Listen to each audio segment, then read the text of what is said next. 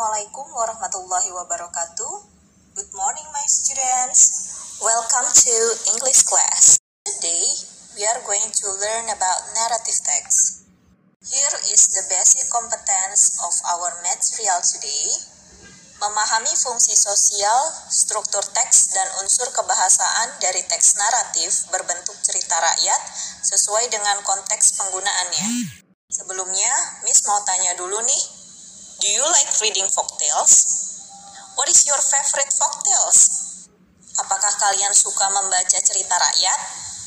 Lalu, apa sih cerita rakyat favorit kalian? Biasanya, sewaktu kita kecil, orang tua kita sering membacakan cerita kepada kita. Nah, cerita yang dibacakan itulah yang berhubungan dengan teks yang akan kita bahas hari ini. What is narrative text? Narrative text is an imaginative story to entertain people. Jadi, teks naratif or narrative text adalah cerita imajinasi yang bertujuan untuk menghibur si pembaca.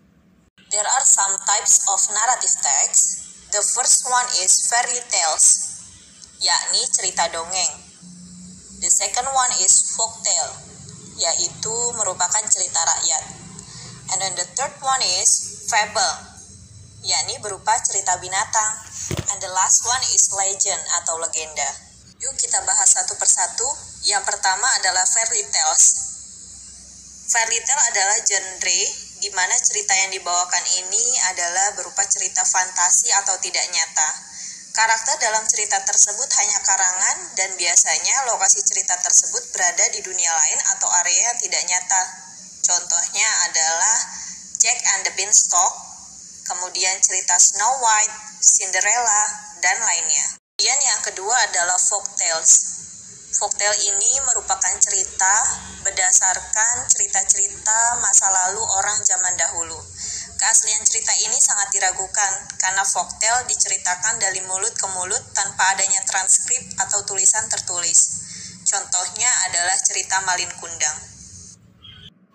Next is fable. Fable adalah cerita fantasi di mana karakternya adalah hewan. Fable utamanya menceritakan cerita yang ditunjukkan ke manusia, namun melalui karakter binatang yang dapat berbicara dan menggunakan pergerakan dan juga watak manusia. Fable ini banyak sekali contohnya.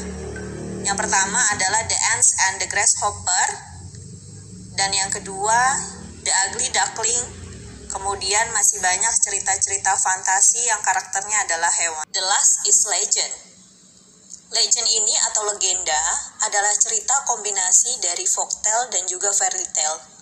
Di satu sisi, legenda ini adalah cerita rakyat yang dipadukan dengan elemen fantasi, sehingga selain terdengar nyata, namun juga ada suasana heroik dalam cerita tersebut. Contoh legend yakni The Legend of Banyuwangi, dan lainnya.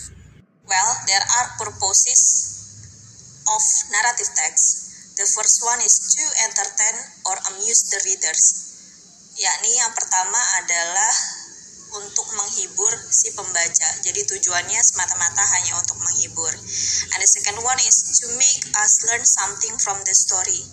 Jadi tujuan yang kedua adalah membuat kita belajar sesuatu dari cerita tersebut. Kita bisa mengambil pesan moral yang ada pada cerita tersebut. For the generic structure atau struktur teksnya dari cerita naratif, yang pertama adalah orientation. It is about the opening paragraph where the character of the story are introduced. Yakni orientasi ini merupakan pendahuluan yang berisi tentang siapa, kapan, di mana suatu cerita ini ditetapkan. The second one is complication, where the problems in the story develop. Komplikasi ini menceritakan awal masalah yang menyebabkan puncak masalah atau yang biasa disebut dengan klimaks. Bagian ini biasanya melibatkan karakter utama dari cerita tersebut. And the third one is resolution, where the problem in the story is solved. Bagian ini adalah akhir dari cerita atau berupa solusi dari masalah yang terjadi. Masalah dapat diselesaikan, dapat menjadi lebih baik, atau bahkan menjadi lebih buruk yang nantinya akan membuat cerita berakhir dengan bahagia atau sebaliknya. Terkadang ada beberapa resolusi yang berupa masalah lain untuk dipecahkan. Hal ini sengaja dibuat oleh penulis untuk menambah dan mempertahankan minat dan juga ketegangan dari pembacanya. Biasanya jenis resolusi ini terdapat pada genre misteri ataupun horor. The third one is resolution, where the problem in the story is solved. Pada bagian ini adalah akhir dari cerita atau berupa solusi dari masalah yang terjadi. Masalah yang diselesaikan dapat menjadi lebih baik atau bahkan malah menjadi lebih buruk, yang nantinya akan membuat cerita berakhir dengan bahagia ataupun sebaliknya. And the last one is reorientation or coda. Bagian ini adalah penutup dari cerita yang bersifat opsional, artinya bisa ada pada cerita ataupun tidak. Reorientation biasanya berisi tentang pelajaran moral, saran, ataupun pelajaran dari penulis. And for the language feature of narrative text, there are adverb of time.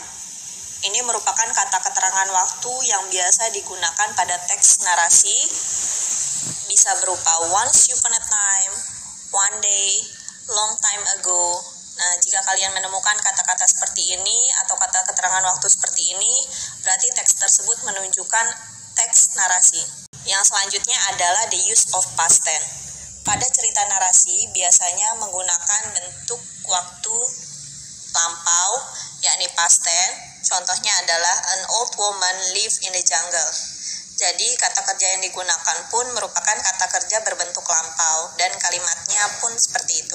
Kemudian dalam cerita narasi juga menggunakan spesifik karakter. Artinya adalah karakter yang digunakan ini spesifik. Contohnya seperti Malin Kundang, Sang Kuryang, Cinderella. Jadi karakter pada tokoh tersebut sudah disebutkan dalam ceritanya. The next is the use of time conjunction atau kata penghubung waktu. Contohnya adalah when, suddenly, then. Kemudian, ciri-ciri kebahasaan dari teks narasi yang terakhir adalah penggunaan direct speech atau kalimat langsung. For example, my name is Snow White. Here is the example of folktales, a story from Sulawesi. The title is Takatuliang, the Woodcarver. Takatuliang, the Woodcarver. Once upon a time, there lived King Simbao and his beautiful daughter, Princess Sangyang Mapaeli, in a kingdom on the island of Simbao in the Sulawesi Sea. The king was very wise and kind. The princess was not only beautiful, but she was also kind-hearted. She often went out of the palace to meet her people. Because of her beauty and kindness, many princes and rich men wanted to marry the king's daughter. This made the king very confused. He wanted to choose the best husband for his daughter. He then announced a contest. Whoever presented the princess with the most valuable gift would marry her. In a small village there lived Takatuliang, a poor young woodcarver.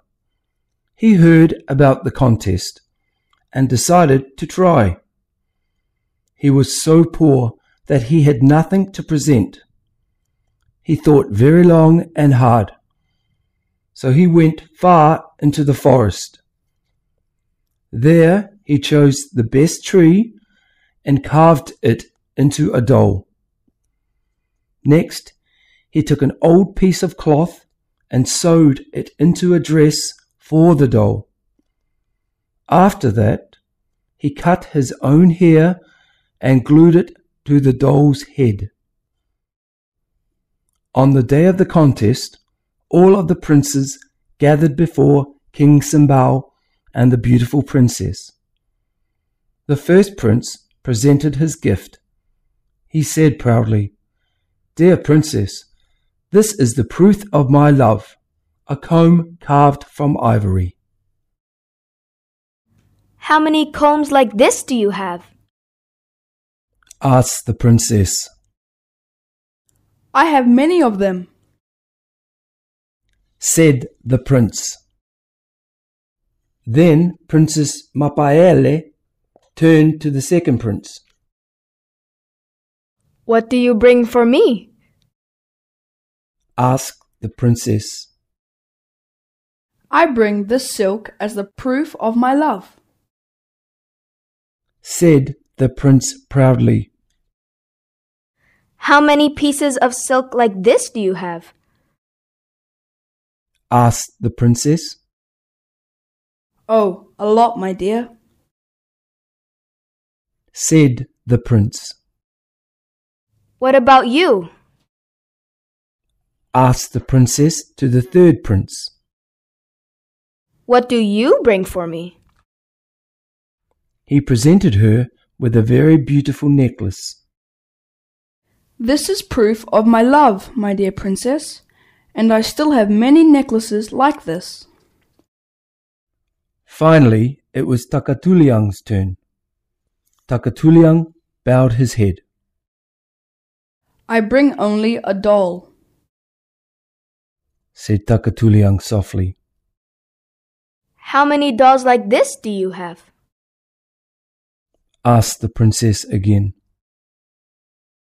Only this one. I carved it myself and decorated it with my own hair and my father's old cloth. He died, and this is the only thing he left me, answered Takatuliang.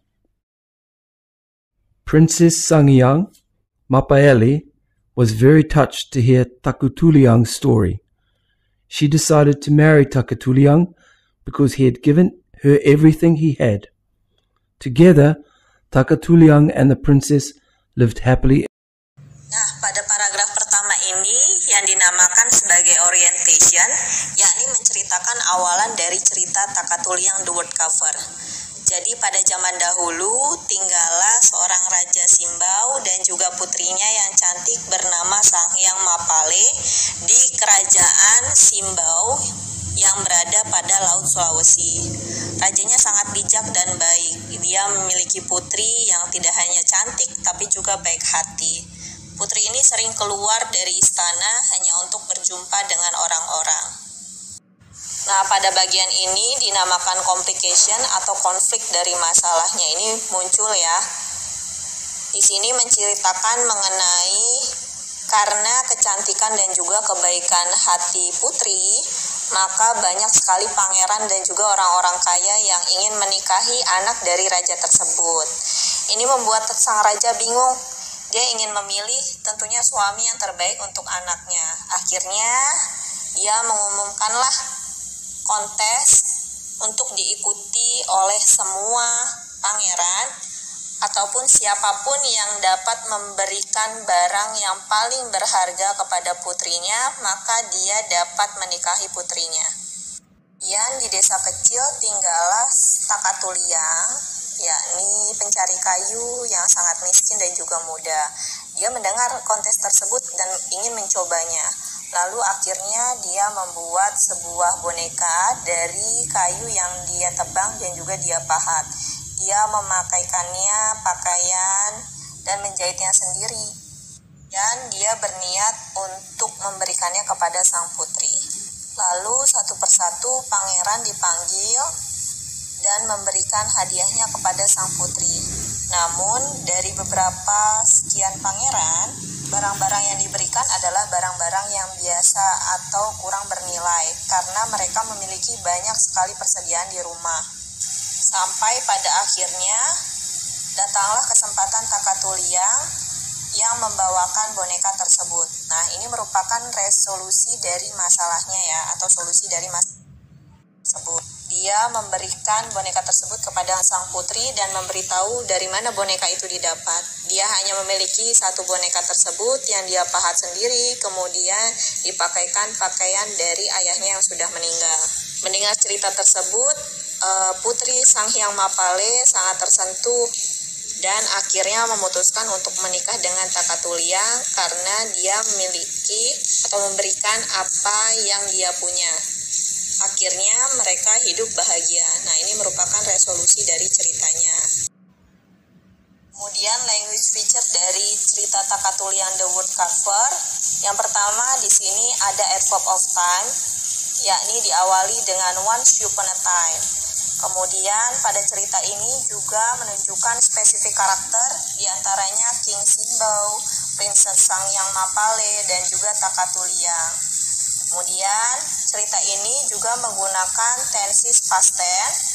Di sini kita bisa lihat dari mulai awal cerita sampai dengan akhir dia menggunakan kalimat berbentuk past tense ya.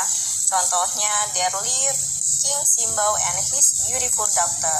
Live di sini kan menggunakan kata kerja bentuk kedua. Berarti ini merupakan tenses past tense. Kemudian ada pula time conjunction. Di sini pada cerita Takatuliang The Woodcarver, di sini menggunakan kata next dan juga after that. Dan yang terakhir, pada cerita tersebut terdapat direct speech, beberapa direct speech yang digunakan pada cerita ini. Contohnya, dear princess, this is the proof of my love, a crumb from the ivory. Nah, ini merupakan direct speech atau kalimat langsung. Jadi, sudah dapat dipastikan bahwa ini merupakan cerita naratif. Thank you for watching this video. Semoga dapat bermanfaat dan juga dapat menambah ilmu kalian ya. See you on next video. Bye.